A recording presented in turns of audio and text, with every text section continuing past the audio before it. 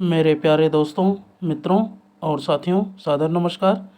मैं हूं आपका इष्ट मित्र दोस्त मिस्टर शांतिलाल डंसेना, बड़े डूमरपाली, रॉबर्टसन, खरसिया, जिला रायगढ़, छत्तीसगढ़, भारत से हूं। मित्रों, आप लोग हमारे इस यूट्यूब चैनल वीडियो को देखते हैं तो आपको मैं हृदय से आभार व्यक्त करता हूं और आपको धन्यवाद देता हूं। मित्रों, एक बार गायत्री महामंत्र का उच्चारण मेरे साथ साथ में करेंगे और साथ ही साथ संपुट के साथ में महामृत्युंजय मंत्र का भी उच्चारण करेंगे। भावना करें, हमारे शरीर के रोम रोम कण कण प्रकाशित हो रही है, अंधकार से प्रकाश की ओर जा रही है, मृत्यु से अमृत की ओर जा रही है, असत्य से सत्य की ओर गमन कर रही है। मृत्यु, जब तक हम मृत्यु के गर्त में आगे बढ़ते हैं तो जीवन में निकृष्टता ही उत्पन्न होती है। इसलिए अपने आप को श्रेष्ठ जीवन यापन करने के लिए अच्छे शुद्ध विचारों का अवगाहन करना पड़ता है। सबके उज्जवल भविष्य, सबके दीर्घायु जीवन, सबके स्वास्थ्य की रक्षा के लिए महामृत्युंजय मंत्र ही एक आधार है। तो मित्रों, एक बार उच्चारण तो करते ही बनता है। ओम भूर्भुवः स्वः तत्सवितुर्वरेण्यं भर्गो देवस्य धीमहि धियो यो नः प्रचोदयात्। उस प्राण स्वरूप, दुखनाशक, सुख स्वरूप, श्रेष्ठ, तेजस्वी, पापनाशक, देव स्वरूप परमात्मा को हम अपनी अंतरात्मा में धारण करें। वह परमात्मा हमारी बुद्धि को सतमार्ग की ओर प्रेरित करे। ओम हौम जूम सह ओम भूर्भुवस्वः ओम त्र्यंबकं यजामहे सुगंधिं पुष्टिवर्धनम् उर्वारुकमिव बन्धनान् मृत्युर्मुक्षीयमामृतात्। ओम स्वः भुवः भुः ओम सह जुम हौम ओम। मृत्युंजय महादेव त्राहि मां शरणागतं जन्म मृत्युजरा व्याधि पीडितं कर्म बंधनाय। ओम असंभवं संभव कर्तुमुद्यतं प्रचंड झंझावृतिरोध सत्समं युगस्य निर्माण कृते समुद्यतं परम महाकालममुं नमाम्यहम्। ओम अस्तोमा सद्गमय तमसोमा ज्योतिर्गमय मृत्युर्मामृतं गमय। परम पूज्य गुरुदेव, वेदमूर्ति, तपोनिष्ठ, युग दृष्टा, युग प्रवर्तक, युग ऋषि पंडित श्री राम शर्मा आचार्य जी, परम वंदनीय माता जी भगवती देवी शर्मा जी और आद्य माँ गायत्री माता, धरती माता, भारत माता, प्रकृति, पर्यावरण, सूर्यदेव, महाकाल भगवान, सरस्वती माँ, लक्ष्मी माता, सभी ग्रह नक्षत्र, अखिल विश्व ब्रह्मांड के सभी देवी देवताओं के सूक्ष्म संरक्षण में जितने भी हमारे यूट्यूब चैनल के माध्यम से, फेसबुक के माध्यम से और व्हाट्सएप स्टेटस के माध्यम से वीडियो देख रहे हैं, सुन रहे हैं, समझ रहे हैं, ऐसे हमारे प्रिय आत्मीय, आदरणीय, सम्माननीय, परम हितैषी हमारे देवतुल्य भाइयों, देवी स्वरूपा माताओं, बहनों, आप लोगों को मेरा सादर प्रणाम। मित्रों, प्रकृति के अंतराल में प्रति क्षण एक ध्वनि उत्पन्न होती है जो ओम शब्द से मिलती जुलती है। सूक्ष्म प्रकृति इस ईश्वरी नाम का प्रति क्षण जप और उद्घोष करती है। इसलिए यह अकृत्रिम स्वयं घोषित ईश्वरी नाम सर्वश्रेष्ठ कहा गया है।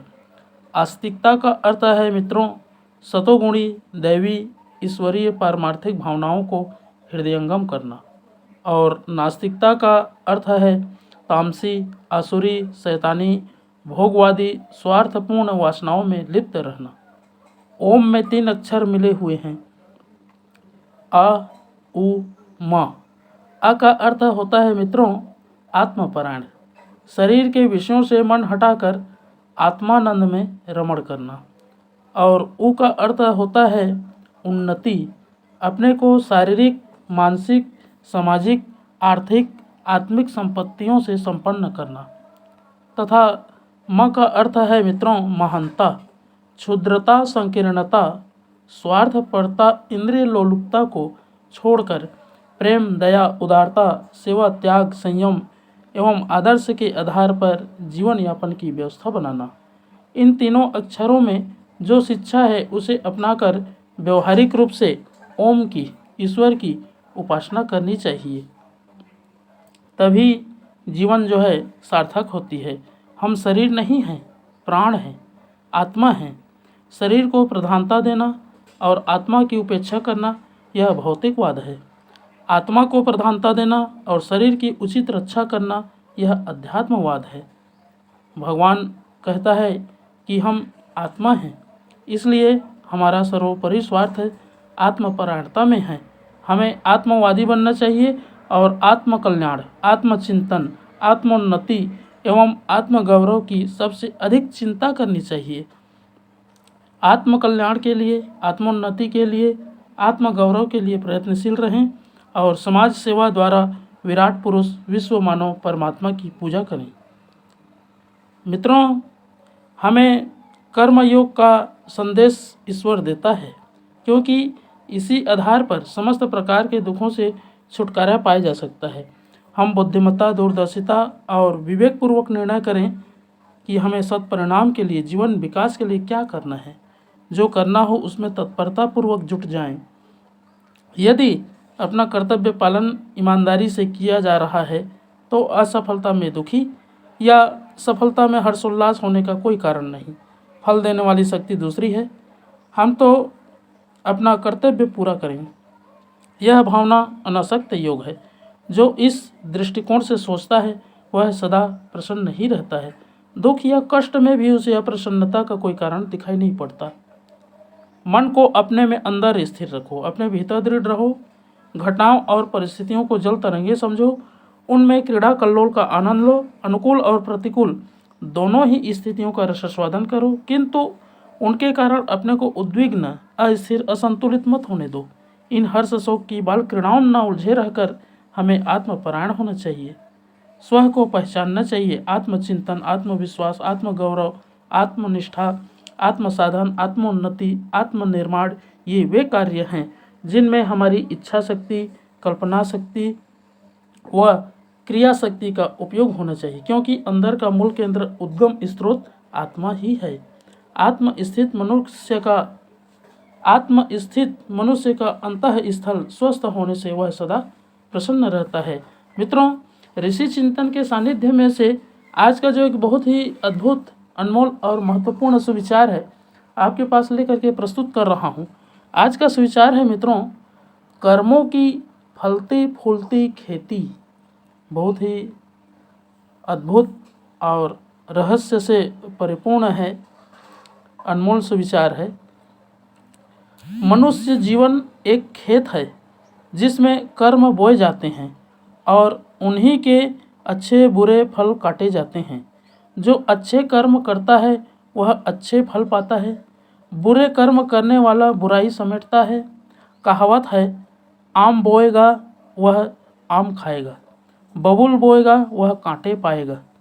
बबूल बोकर जिस तरह आम प्राप्त करना प्रकृति का सत्य नहीं, उसी प्रकार बुराई के बीज बोकर भलाई पा लेने की कल्पना भी नहीं की जा सकती। मित्रों, मनुष्य जीवन में भी इस सत्य के अतिरिक्त और कुछ नहीं है। भलाई का फल सुख, शांति और प्रगति के अतिरिक्त और कुछ नहीं हो सकता। वैसे ही बुराई का प्रतिफल बुराई ना हो, ऐसा आज तक ना कभी हुआ और ना आगे होगा। इतिहास इसका साक्षी है। मित्रों, कार्य कभी कारण रहित नहीं होते और उसी तरह कोई भी क्रिया परिणाम रहित नहीं होती। स्थूल और सूक्ष्म दोनों दृष्टि से सृष्टि का यह मौलिक नियम है कि भाग्य कभी अपने आप नहीं बनते, वरन वह व्यक्ति के कर्मों की कलम से लिखे जाते हैं। अच्छा या बुरा भाग्य सदैव अपने ही कर्म का फल होता है। मित्रों, व्यक्ति हो, समाज या राष्ट्र हो, वह बुराई से पनपा, यह एक भ्रम है।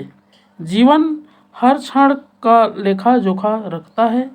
धोखे की सफलताएं अंततः पतन और अपयश का ही कारण बनती है। अंत तक साथ देने वाली सफलता भलाई की है। उसी से मनुष्य का यह लोक और परलोक सुधरता है। कर्मफल तो अकाट्य है। बहुत बहुत धन्यवाद मित्रों।